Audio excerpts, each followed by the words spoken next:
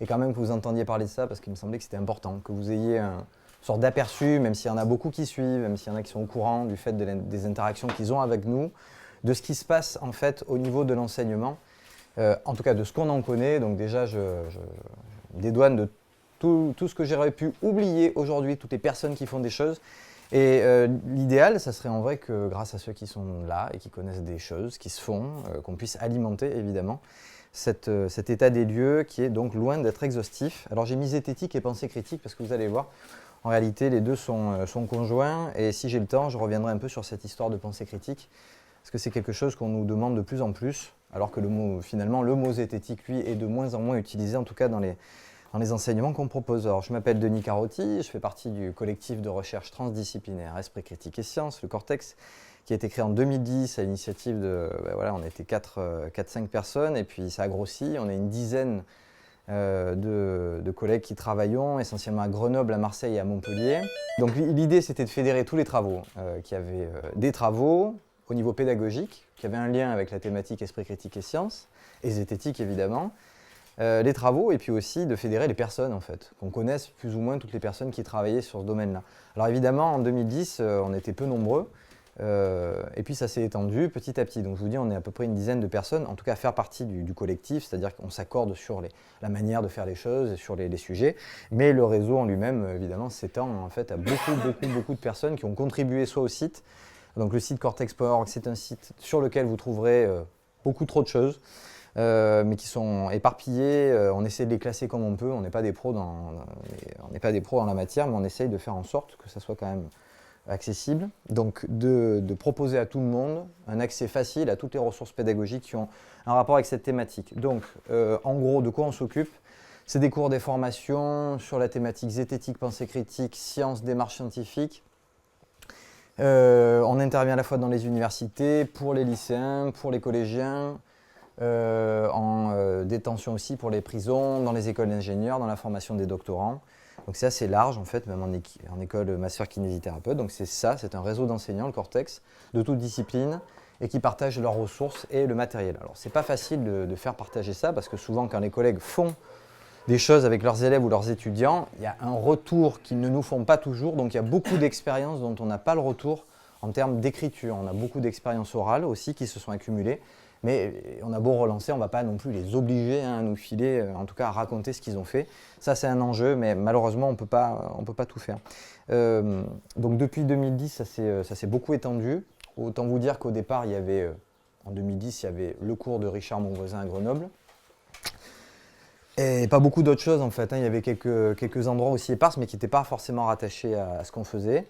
Et puis maintenant, on est quasiment 3 personnes à en vivre, quoi. C'est-à-dire qu'on a su créer aussi des ressources financières pour arriver à se faire payer dans le cadre d'enseignement, que ce soit à la fac ou dans les enseignements en secondaire. Donc moi, je suis prof de physique, je ne l'ai pas dit, en collège et lycée. Essentiellement, ça c'est mon job, mais le reste du temps, donc ça fait 3 ans que je me suis mis à mi-temps pour faire ces enseignements-là, pour faire ces formations et pour faire ces conférences. Je vous en dirai un mot après. Alors où ça se fait en France ? Essentiellement, je parle juste pour quand ce sont des intervenants, on va dire Cortex, c'est essentiellement donc à Grenoble, où vous avez les cours de zététique de Richard Monvoisin, à l'UGA, donc maintenant, c'est l'Université Grenoble-Alpes, donc c'est cours zététique et autodéfense intellectuelle. Mais il y a aussi, depuis 2 ans, les cours de sciences et pseudosciences politiques à l'IEP, qui sont donnés par Clara Egger. Il y a aussi l'université pas du temps libre, comment elle s'appelle ? Interage, merci Nico. Université Interage, les stages doctoraux, donc c'est pas mal. Et puis aussi le PAF, donc le PAF c'est le plan académique de formation, donc c'est là où on va faire de la formation directement pour les enseignants. Ça c'est moi qui m'en occupe essentiellement, mais pas que, en tout cas c'est moi qui suis venu dans l'académie de Grenoble. Alors à Montpellier, donc là c'est Guy Maître-Viron essentiellement, et Caroline Rouillet qui s'en occupe. Qu'est-ce qu'elles font ? Alors donc il y a le cours qui est en fait le même que celui de Richard, mais proposé pour les étudiants de Montpellier, donc qu'elle a appelé Sciences et Autodéfense intellectuelle, donc à Montpellier pour les L2, aussi des stages doctoraux. Elle intervient aussi en détention, toutes les deux, pour faire des ateliers qui s'intitulent Médias et Esprit critique, et aussi dans le plan académique de formation. Et puis essentiellement moi à Marseille, mais pas que, avec mon collègue Cyril Baudouin, que vous connaissez pour un de ses ouvrages sur les créationnismes avec Olivier Brosseau, certainement, avec qui on travaille, puisqu'il fait partie d'un labo, il est chargé de médiation scientifique, et donc il fait plus que m'accompagner, puisqu'on travaille sur, et puis il fait aussi des interventions pour les profs, pour les stages doctoraux. Donc moi, mon taf, c'est essentiellement la formation pour les enseignants, et puis un dispositif particulier, je vais quand même vous en dire un mot. Le dispositif Sciences Culture, c'est quand même intéressant de le noter. La région PACA a financé depuis 4 ans des conférences, 30 conférences, 15 lycées qui s'inscrivent sur donc 2 conférences par lycée. Ils viennent, on est des intervenants, donc essentiellement moi, Guillemette, et puis d'autres collègues aussi qui sont venus pour parler des thématiques. Alors il y a plein de sujets, les profs choisissent, ils accompagnent en quelque sorte leurs élèves. On a en moyenne 80, 100, ça peut aller jusqu'à 150 élèves qui sont là pendant les conférences. Et donc, moi, les thématiques très larges, hein, c'est zététique, sciences, esprit critique, autodéfense intellectuelle, astrologie, astronomie, la nature, argumentaire pseudo-scientifique, sur les médecines alternatives, sur les chiffres et les médias. Donc voilà, on essaie de brosser à peu près toutes les thématiques, sciences et pseudosciences aussi, enfin physique et pseudosciences. Depuis 4 ans, ça fait plus de 10 000 lycéens touchés quand même. Donc c'est pas rien. Et évidemment tous les enseignants qui les accompagnent. Du coup, autour de ça, se sont montés beaucoup de projets. En fait, ça a fédéré pas mal de collègues qui disaient « mais c'est génial, il va falloir faire pareil, mais comment on peut faire dans les ateliers, mais en cours, etc. Comment est-ce qu'on peut faire ça nous aussi ?» Donc ça a donné naissance en fait à beaucoup d'ateliers et d'options dans les lycées essentiellement, mais aussi dans les collèges, où les collègues se sont dit bah, « tiens, on va faire ça avec les élèves ». Donc il y a beaucoup d'interstices dans lesquels les collègues peuvent s'impliquer, pas forcément dans leurs cours, mais en seconde, il y a des options, MPS par exemple, littérature et société. En collège, on peut faire aussi je pensais au club zététique. Jean-Louis Raca, qui a été un des premiers à faire ce club-là. Nous, c'était dans les années 2000. Nous, on a pris le pas. Moi, j'étais à Nice à l'époque. On a lancé aussi un club zététique. Donc, les collègues peuvent se saisir de ça au collège souvent. C'est dans des moments qui ne sont pas forcément du cours, mais en tout cas, ils font de la zététique aussi. Et ça se disperse. Et ça existe, et ça commence vraiment à devenir assez conséquent. Alors voilà, j'ai essayé de faire... Waouh, c'est tout petit. C'est pas du tout exhaustif, mais en gros.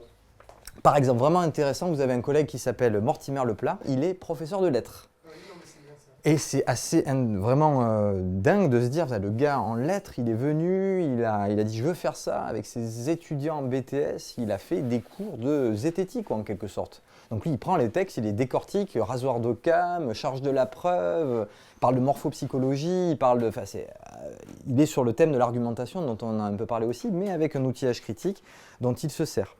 Peut-être que certains ont vu, mais en début d'année, on a un peu listé tout ça. Donc pour ceux qui connaissent le Cortex, on avait essayé de recenser tous les collègues qui nous avaient dit faire des enseignements autour de ces thématiques. Donc cette année, on a découvert Michael Salson qui, en info, avait ouvert des enseignements de zététique, à Lille aussi, donc à l'université de Lille. Donc ça, c'était visiblement pour les masters. Moi, je ne le connais pas directement. Hein. Là, j'ai repris master filière journalisme scientifique. Le second est une option pour les licences de 3e année d'info. Bon, alors à Nancy, c'est un peu récent, mais c'est toute l'équipe, enfin en tout cas Thomas surtout, là, qui se lance dans les stages doctoraux. Et on espère que ça va marcher, puisque ça s'est déjà déroulé, hein, c'était en mars. Donc, et puis aussi, il est venu à Marseille en faire un aussi. À Toulouse, on a un collègue qui s'appelle Dominique Larouille, qui est donc chercheur à l'INSERM et qui a lancé cette initiative de travailler. Alors peut-être que les matheux connaissent l'IREM, mais il existe aussi l'IRES, qui est en gros un institut qui est destiné à lier la recherche avec les enseignants de sciences, et pas que de mathématiques. J'ai mis prof d'SVT parce que lui touche aussi les profs d'SVT et il tente de faire naître là aussi des initiatives autour de zététique, esprit critique avec des profs d'SVT. Alors c'est pas facile aussi à Toulouse, mais en tout cas il est super motivé, il nous a accompagnés, j'en dirai un mot. On a fait à Lyon une intervention, je ne l'ai pas mis, peut-être que vous connaissez, l'Institut français d'éducation. C'est un institut qui forme les formateurs en fait. Et j'ai fait une formation là cette année. Il est intervenu avec moi pour parler justement de la démarche scientifique. C'était vraiment intéressant. Alors Paris, donc je mettais Florian parce qu'on a eu des nouvelles sur ça. Tu me confirmes, ça existe toujours. Et puis j'ai oublié donc Vincent hein, qui continue aussi ses enseignements. Il faut savoir que quand on fait un stage doctoral, en général, on propose 3 jours, à savoir 3 fois, donc on va dire 7 heures de présence. C'est pas du ponctuel, mais quasiment en fait. Hein. Le mieux, c'est quand même le cours dans lequel on revient, on a le temps de travailler, on a le temps de se poser des questions. Voilà, donc Marseille, on a aussi un collègue, Nicolas Montes, donc qui est maître de conf à Marseille, qui fait de l'enseignement de zététique depuis quasiment 2009, je crois, pour les L1 et puis aussi pour des masters, donc en sciences de l'environnement terrestre. Il a quasiment plus de 25 heures, donc lui, il peut faire aussi des cours et des interventions. Et l'année prochaine, on s'est incrusté dans un enseignement d'histoire des sciences. On a 4 heures sur plusieurs sites, donc c'est déjà pas mal. Lyon, voilà, on a un collègue de physique qui s'est lancé pour faire aussi le plan académique de formation qui existe donc dans pas mal d'académies maintenant. On touche vraiment des enseignants. Il faut se dire que c'est un peu le cœur de la bataille en fait. C'est-à-dire que si on relaie auprès des enseignants, et on touche aussi des potentiels aussi futurs étudiants qui seront sensibilisés, ils ne découvriront pas ça seulement en L1. Denis Machon et Maëlys Faro, donc, qui travaillent à Lyon aussi, qui font des enseignements sur toutes les disciplines, sur tous les champs, mais c'est évidemment zététique aussi. On a les écoles d'ingénieurs, notamment à Brest, avec Delphine Toquet qui participe à des ateliers zététiques. Donc à Nice, où évidemment il y avait les enseignements d'Henri Brock et le laboratoire, qui a été repris par toute une équipe. Alors peut-être Denis, tu peux en dire plus, mais nous on a très peu de relations avec eux en fait. Pour terminer, alors peut-être que vous avez entendu parler de Sophie Mazet, qui a sorti un bouquin qui s'appelle Manuel d'autodéfense intellectuelle, dont on a très peu de relations avec elle aussi. On a découvert son bouquin, on a découvert ses enseignements. On n'a pas trop d'idées du contenu. On a le bouquin, mais... Alors elle s'implique beaucoup dans tout ce qui est, peut-être que vous l'avez vu, les journées de l'éducation nationale autour des théories du complot. Voilà, donc ça c'est, on va dire, la porte d'entrée maintenant, parce qu'elle abordait ces questions-là dans son bouquin et dans ses enseignements. Donc la porte d'entrée, c'est ça, l'autodéfense intellectuelle. Puis La Rochelle, Tours, Poitiers, Nancy, donc c'est des stages doctoraux. Clermont-Ferrand, encore une académie dans laquelle on a le plan d'action, de formation pour les profs. C'est à la Maison pour la Science qui fait le lien avec les enseignants aussi. À Dijon aussi, et puis tous les ateliers, je ne peux pas vous faire la liste parce qu'en réalité, il y en a, je ne sais pas, moi dans l'académie, c'est là où j'ai beaucoup essaimé en termes de diffusion avec les conférences. Il y a beaucoup de collègues qui ont fait des ateliers. Je vous donne un exemple en seconde à Vaison-la-Romaine, collègue de philo, collègue de maths, première seconde, option littérature et société. On dit dedans qu'il faut développer l'esprit critique, tchac, ils se sont mis dedans. Et qu'est-ce qu'ils font? Moi, j'interviens une fois ou deux, je fais l'effet Barnum, je fais le coup du faux astrologue en quelque sorte qui vient leur donner une description personnalisée. Et puis ensuite, ça lance en quelque sorte leurs ateliers. Ils font ça pendant quasiment tout le semestre avec leurs élèves. Et ça marche très bien, c'est 1h30 par semaine, 2 heures. Elle apporte le côté mathématique, analyse des chiffres, lui le côté philo, décryptage, outillage critique. Voilà, il y a plein d'exemples comme ça. Je ne vous les ai pas apportés, mais par exemple sur le Changing Blindness, vous avez des élèves qui s'amusent à refaire, vous voyez, le coup du gorille qui passe avec les gens qui jouent au basket, qui se font des passes. On filme ça, ça fait des ressources. Il y a beaucoup de choses en fait qui se font. Et c'est un vrai travail de collecter tout ça. Le problème, c'est qu'on n'a quasiment plus le temps de le faire. Pour vous donner un ordre d'idée, là, depuis le mois de janvier, juste perso, hein, j'ai dû faire 250 heures d'intervention devant un public. En plus, je suis prof à côté. Hein. Donc c'est pour vous donner le nombre de trucs qui se font de plus en plus. Alors après, il y a le problème de l'institutionnalisation. Là, je râlais, j'ai oublié de vous mettre la suite. J'ai fait un copier-coller, c'était hier soir, je suis désolé, hein, à l'arrache. Ça, c'est le côté pédagogie. Mais il y a aussi le lien avec la recherche. Et depuis le mois de mars, peut-être si vous avez été au courant, il y a eu des infos qui ont circulé. On est plutôt arrivé à faire un truc quand même pas mal, c'est qu'il existe une fédération de recherche, une espèce de coquille qui est censée unifier les travaux des chercheurs qui peuvent parler d'un thème qui est la pensée critique. Avec 3 axes de recherche qui sont en gros épistémo, santé et sciences, on va dire pensée extrême, donc sciences politiques. Ces axes de recherche-là ont pour but de fédérer des labos de psycho, de philo, de différentes sortes, avec une vraie coquille institutionnelle dans laquelle on peut produire de la recherche. Les gens qui sont dans cette structure-là sont détachés en quelque sorte du labo pour venir travailler sur cette thématique-là. Donc ça, c'est quand même une avancée majeure, parce que c'est grâce à ça qu'on espère, à terme, dans 4 ans, quand cet SFR sera, on va dire, validé et aura produit de la recherche, pourquoi pas infiltrer directement la fac avec un labo qui pourrait être créé, parce qu'on aura un objet de recherche qui sera vraiment identifié avec des productions d'articles en quelque sorte, donc de recherche. Donc voilà, ça c'était pour vous donner. Alors c'est pas mal, je me suis juste amusé à les répartir sur la carte, à peu près là où on intervenait, où il y avait des interventions, on va dire, connues. Donc il y a des zones un peu plus blanches que d'autres. Hein. Alors je ne les connais pas toutes évidemment. C'est on n'est pas à l'abri qu'ici, il y ait un collègue qui fasse des ateliers zététiques et dont on n'a pas l'info, quoi. Je veux dire, c'est impossible. Par exemple, ici, c'est Samy Kovo, Facebook, groupe Facebook. Vraiment, j'y vais pas souvent. Et puis, je vois un gars qui demande je suis prof de physique ou SVT, j'ai un doute, peu importe. Je veux faire des ateliers de zététique en seconde. Je tombe dessus. Je lui envoie mes coordonnées, on s'appelle, et hop, il avait prévu de faire un atelier, on a un peu réfléchi ensemble, tchac, et il a fait son truc là. Mais peut-être qu'il y en a des dizaines comme lui dont j'ai jamais vu passer la trace, vous voyez, en quelque sorte. Donc c'est aussi notre travail à nous, faites-nous remonter ça, qu'on puisse aussi diffuser tout ça. Donc voilà, ça c'est à peu près un état des lieux. Si vous avez des trucs à rajouter, dites-le moi tout de suite ou on se le dit après, parce qu'en fait, ça serait vraiment génial de se dire que voilà, ça s'est disséminé et puis ça marche, quoi. Ça marche bien. Cool, ouais, tu m'as dit. Ouais. C'est chouette. Vous savez, j'y pense aussi, je suis aussi en relation avec une prof de SVT qui était intéressée parce qu'on a eu une discussion justement sur la pensée critique, tout ça. Et là, ça serait à Paris au lycée Condorcet. Il y a tellement de trucs qui existent en fait. Ouais. Il y a de tout en fait. Il y a le collègue qui fait venir une fois, il y a le collègue qui se dit je vais faire ça dans des ateliers, il y a le gars qui est à la fac et qui se dit moi je voudrais incruster ça dans des enseignements et puis je ne sais pas comment faire. Tiens, je ne l'ai même pas mis, mais Nicolas Granet qui était à Orsay et qui nous avait pareil sollicité, il voulait faire ça avec ses étudiants et puis plus trop de nouvelles depuis. Enfin, il y en a plein comme ça en fait qu'on perd en cours de route. Vous imaginez pas le nombre de personnes en fait qui bossent là-dessus, quoi, dans l'enseignement, à la fac en tout cas, ou dans le secondaire. Là, je vous parle de zététique et pensée critique, mais les enseignements, on va dire zététiques, où le sujet c'est le paranormal en tout cas, et tout ce que vous connaissez bien, c'est pas forcément tous ces points-là en fait. Hein. Ça dépend comment on les aborde. C'est pour ça que je voulais en dire un mot avant de terminer. Quand vous présentez la zététique, moi en fait, je vous en dis un mot, peut-être que ça vous intéressera. Mais comment ça se passe en fait quand je présente les choses? J'ai essayé toutes les manières de faire. Mais j'ai eu du mal à me passer de ça, en fait, de cette étape-là. Parce que c'est une manière, c'est une sorte d'entrée en matière qui me permet d'aller plus loin à chaque fois. Donc, ok, présentons la zététique comme cette étude des phénomènes paranormaux de manière scientifique. Très bien.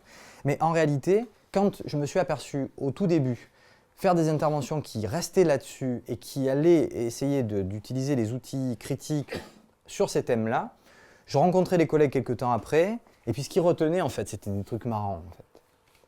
Et je trouve qu'ils ne se saisissaient pas assez de l'outil comme quelque chose, quand on parle d'autodéfense intellectuelle, c'est bien pour l'appliquer à d'autres champs en fait aussi, appliquer à d'autres champs. Et ça manquait un petit peu, alors j'avais beau dire ça, ça me faisait marrer, c'était cool, et puis il y avait des choses passionnantes aussi sur le côté paranormal, mais ça ne suffisait pas. Donc de basculer sur le côté zététique comme une pédagogie à l'esprit critique, évidemment là ça parlait un petit peu plus. Le problème, c'est que quand on dit esprit critique, on dit tout et n'importe quoi. Et là, il y a un deuxième risque qui est celui d'entendre des gens parler d'esprit critique de deux façons différentes. La première, c'est vous remettez en cause tout ce qu'on raconte, donc vous faites le jeu des théories du complot. Et le deuxième, c'est oui, bon, c'est un truc trop vague, de toute façon, il n'y a personne qui connaît ça. Enfin oui, on en fait de toute façon. Et ça, c'est des choses qu'on entend. Alors, moi, je le justifie en disant, ben oui, le paranormal, pour nous, c'est aussi une entrée. On parle d'outils épistémaux, philo, scientifiques, psycho. Et tout ça, en fait, ça nous permet d'aborder ces champs-là. Et avec, évidemment, comme dirait Richard, un petit peu de technique de la spatule, c'est-à-dire on va essayer de gratter un petit peu tout autour pour essayer d'attaquer des sujets au cœur beaucoup plus durs pour les personnes, parce qu'ils sont au cœur parfois de leur pratique, de leur vie. Si vous parlez évidemment d'homéopathie à quelqu'un, vous aurez beau lui parler de réfutabilité de rasoir d'Occam, s'il est ancré là-dedans, il aura du mal. On fait le pari que de l'appliquer d'abord à des champs un petit peu comme le surnaturel, ça nous permet d'aller discuter après d'un sujet qui est quand même beaucoup plus avec des enjeux un petit peu plus grands. D'ailleurs, dans les cours, le premier, c'est pas celui sur l'homéopathie, évidemment. Enfin, je veux dire, ça arrive qu'au bout d'un certain temps. Mais vraiment comme ça, parce que je me suis intéressé aussi au côté pensée critique. Évidemment, quand on se penche sur la question de la zététique, on parle de pensée critique. Est-ce qu'il y a des travaux qui ont été menés là-dessus? Honnêtement, on n'en trouve pas tellement, en fait. Si vous cherchez en didactique, moi, je me suis intéressé un petit peu à ça en 2009, et à l'époque, il y avait quand même assez peu de choses au niveau français. On trouvait surtout des références anglo-saxonnes ou québécoises. Des auteurs que vous connaissez parfois, comme Dennett aussi. Et on définissait ça de plein de façons différentes. C'est un processus, c'est des capacités, c'est des habitudes, des habiletés. On parlait de réflexivité, de connaissance, de savoir-faire. Je ne comprenais rien en fait. Je lui ai dit, mais comment on peut appliquer ça? Et en vrai, je l'avais déjà la solution. À travers ce qu'on faisait en zététique, on avait une matière à appliquer tout ça là. Mais sauf qu'on mettait des mots dessus que je ne comprenais pas vraiment. Alors, Dewey, voilà, on a ça, la pensée réfléchie, le résultat de l'examen serré, prolongé, précis d'une croyance donnée ou d'une forme hypothétique de connaissance, examen effectué, bon, enfin, vous voyez, je lisais ça, je fais, waouh, il y a des gens qui ont réfléchi dessus, c'est super. Ennis, lui, qui est une référence quand on parle de critical thinking, alors on va aller là, on va dire, voilà, qu'est-ce que c'est que la pensée critique? C'est une pensée raisonnable et réflexive orientée vers une décision quant à ce qu'il faut croire ou faire. Très bien, d'accord, j'ai ma définition. Autrement dit, un ensemble de capacités et d'attitudes interdépendantes orientées vers l'appréciation des idées et des notions. Vous voyez dans quel jargon on peut tomber aussi quand on parle de ça? Alors, je trouve que c'est quand même important de formaliser ça à un moment donné. C'est-à-dire que si on nous demande des comptes, il va falloir qu'on soit capable de produire une forme de définition de ce dont on parle. Tu listes des gens qui ont bossé dessus. Par exemple, un Québécois qui s'appelle Jacques Boisvert. Livre « Formation à la pensée critique ». Qu'est-ce qu'on voit? Lui, il fait la distinction entre capacité et attitude. Pour faire preuve d'un jugement critique, tu dois avoir tendance à être critique et tu dois avoir les capacités à être critique. C'est-à-dire que si tu n'as pas tendance à être critique, tu vas tout gober. Et si tu n'as que les outils, si tu n'as que les capacités, si tu n'as pas l'attitude d'aller chercher un petit peu là où ça cloche, ça ne marchera pas. Donc il y a les deux ensemble. Et regardez la manière dont c'est présenté. Moi je me disais c'est génial, mais tu l'appliques comment? Regardez, distinguer les faits pertinents de ceux qui ne le sont pas. Mais je suis bien d'accord, hein. Mais tu fais comment? Rechercher les précisions dans la mesure où le sujet le permet. Les mecs écrivent ça, tu vois. Et je me disais, waouh! Et en fait, ouais, et on l'a la réponse, en fait. On l'a tous. On l'a dans les outils qu'on transpose. Alors, là, je rajoute, c'est la première fois que je me cite, hein. C'est moi là. Non, parce que. Non, vous allez comprendre pourquoi. Parce que souvent, il y avait une composante qui était oubliée, c'était l'aspect connaissance. Donc, tu as parlé un petit peu, Benoît, aussi, je trouve, ce matin. On ne peut pas exercer sa pensée critique à vide, quoi. Tu peux avoir tous les outils que tu veux, tu peux avoir toutes les latitudes que tu veux. Il y a un certain nombre de connaissances qu'il faut avoir. Donc, si on peut parler de pensée critique, pour moi, ça serait essentiellement ça, si vraiment on veut chipoter, mais en tout cas trouver une définition. Moi, j'avais mis ça, ensemble de capacités et d'attitudes, tu es capable et tu as tendance à, qui nécessite un niveau de connaissance minimale en lien avec le problème ou l'information examinée. Comment tu veux parler d'OGM si tu n'as aucune connaissance de ce que c'est juste que OGM, le mot? Je ne sais pas si la question se pose, mais quand tu dis connaissance, est-ce que c'est une forme de culture zététique? Non, c'est vraiment des connaissances sur un sujet donné. C'est sur le domaine donné. Si tu veux être critique sur les OGM ou sur l'astrologie, si je te dis planète et que tu ne sais pas ce que c'est une planète, si je te dis constellation et que tu ne sais pas ce que c'est une constellation, si je te dis précession des équinoxes et que tu ne sais pas ce que c'est que le mouvement, il y a un minimum de connaissances que tu dois avoir. Et je cite Russell parce que je pense que ça résume assez bien l'enjeu. Les élèves devraient être rendus aussi capables que faire se peut de parvenir à un jugement raisonnable sur des questions controversées par rapport auxquelles ils devront vraisemblablement se situer et agir. C'est pas que se situer, c'est pas que rester dans son fauteuil, quoi. C'est je vais prendre des décisions. Et cela demande d'une part d'être entraîné à exercer son jugement critique, il ne nous dit pas ce que c'est, et d'autre part d'avoir accès à une source de savoirs impartiaux. À l'époque, il n'y avait pas Internet, on est bien d'accord. Du coup, les savoirs impartiaux, ça aussi c'est une autre question. De cette manière, l'élève serait préparé à devenir un adulte réellement libre. Je voulais juste vous montrer ça. Voilà, en gros, c'est ça le processus qu'on essaie de mettre en place. Mais ça, je pense que tout le monde le connaît bien, donc je fais que sans doute répéter des choses que vous connaissez. On essaie de pointer la limite des sens. En gros, c'est de dire, attention, ce que tu perçois, est-ce que c'est suffisant pour te prononcer et avoir un argument suffisant? Certainement pas. Donc, comment tu vas faire ensuite pour trier, pour reprendre ce qu'on pourrait dire comme comment sait-on ce que l'on sait? Ensuite, présenter les biais de raisonnement, les erreurs cognitives, les mésusages des mots, tout ce qu'on appelle en fait les effets et les facettes zététiques. C'est là où ça intervient en fait. Et ensuite, il y a toute cette partie-là, et ça c'est la plus difficile à mettre en œuvre parce que parfois on n'a pas le temps, on est obligé de faire des choix. Mais tester une affirmation, qu'est-ce que c'est enrichissant en fait? C'est là où il y a vraiment un moment, comme on dit entre profs, de mise en activité, quoi. Et puis voilà, c'est en gros l'application. Ça peut être à la fois testé, mais ça peut aussi faire une enquête, trouver des outils méthodologiques pour faire une recherche ou une expérience, créer une vidéo. Donc voilà à peu près ce qu'on met en place et ce qu'on essaie de faire. En classe, il y a plein de thématiques qu'on utilise, que ça va de l'astronomie, l'astrologie, en physique, le chimique et naturel, les théories du complot, les confusions, corrélations, causalité, le fameux MODH, le Graal, les rasoirs d'Occam, ça c'est Mortimer qui faisait ça, le traitement graphique.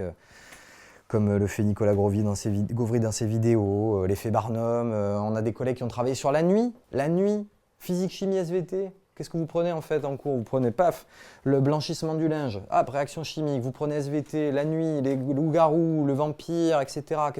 Comment on peut expliquer ça? Il y a un paquet de choses à faire et il y a des entrées partout. Il y a juste la volonté des collègues de le faire ou pas. Et c'est en train de se faire et ça se fait bien et ça se fait de plus en plus. Et c'est grâce à tout le monde en fait ici aussi, je pense en partie. Alors merci à tout le monde et continuons. Hein, voilà.